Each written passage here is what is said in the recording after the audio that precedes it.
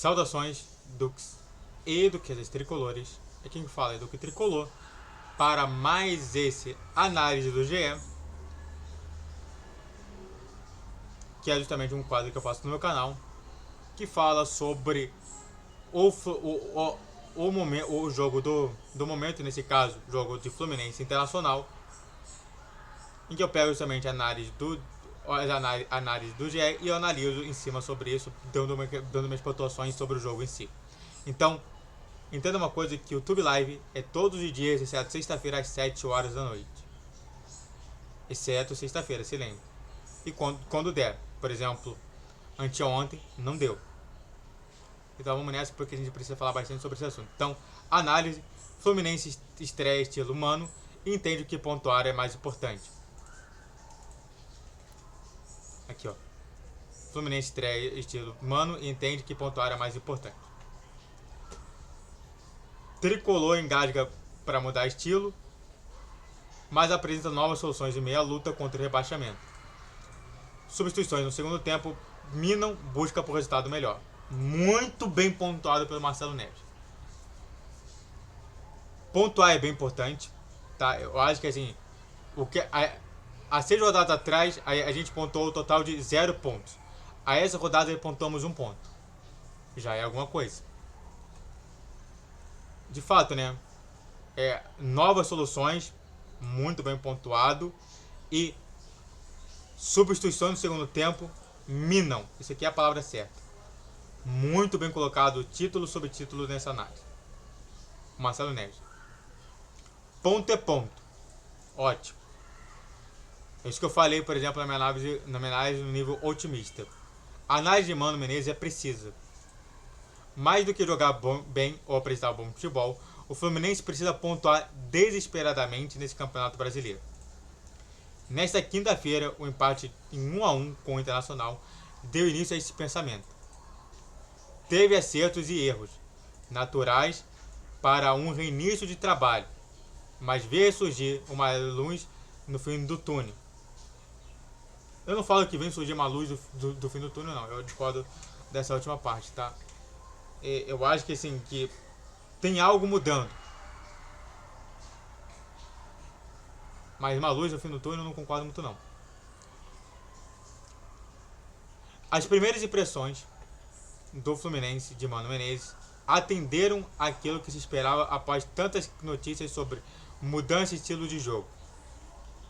Foi uma equipe que ocupou mais o meio campo de ataque e sofreu menos na defesa. Impressionantemente isso aconteceu. Tanto que eu cheguei e falei assim, olha só quantas pessoas tem no ataque. Tinha 4. Eu falei assim, isso daí pro Fernando Diniz é inaceitável. Mas pro Mano parece que realmente aconteceu. Ainda carece de mais aprimoramentos. Muito devido a pouco tempo de trabalho, mas já é possível ver mudanças. Sim. Foi pelo menos um choque um choque de realidade, que é o que eu falei lá de trás. Que o Fluminense precisava de um choque de realidade. Até foi tema de pós-jogo do meu canal. Questão de choque de realidade, mas beleza, vamos lá. Vou continuar aqui porque é importante falar sobre esse assunto. Taticamente, a escolha por uma linha com 3 volantes deu mais solidez para o setor. Algo que foi muito reclamado nos últimos jogos com o Fernando Diniz. Aliás, os jogos do Fernando Diniz só tem 2 volantes, 3 volantes não. E o último jogo ali contra o Grêmio também tinha 3 volantes, mas não era justamente desse tipo de modelo. O estilo de marcação também mudou. O Fluminense mordeu alto, adiantou as linhas e conseguiu criar 2 oportunidades graças à pressão. Muito bem pontuado. Numa delas, Cano acertou a trave. Muito bem pontuado pelo nosso ilustríssimo Marcelo Neves. Antes de a gente continuar falando mais sobre esse assunto, se inscreva no canal, faça o triplo C, que é curte, comente, compartilhe. Redes sociais na descrição de vídeo, Vitor Dias 10, 12, 20 horas. Pix na tela e vamos continuar falando mais sobre o Fluminense. Bom, após a forma de atacar também alterada e trouxe novas soluções. Ao invés de um jogo majoritariamente pelo meio, como era o do Diniz, Mano apostou nos lados de campo, principalmente com usos laterais. Eu gostei muito da situação, né? Eu falei pro meu colega, ela falou assim, olha só, tá vendo? O Samuel Xavier não fazia isso com o Diniz, mas está fazendo isso daí com o Mano. Jogou a bola no primeiro tempo, Samuel e Xavier e o Guga na segunda etapa exploram muito esse corredor. Keno também foi muito acionado. Até Martinelli caiu pelas laterais algumas vezes. Foi o caso que eu não gostei, tá?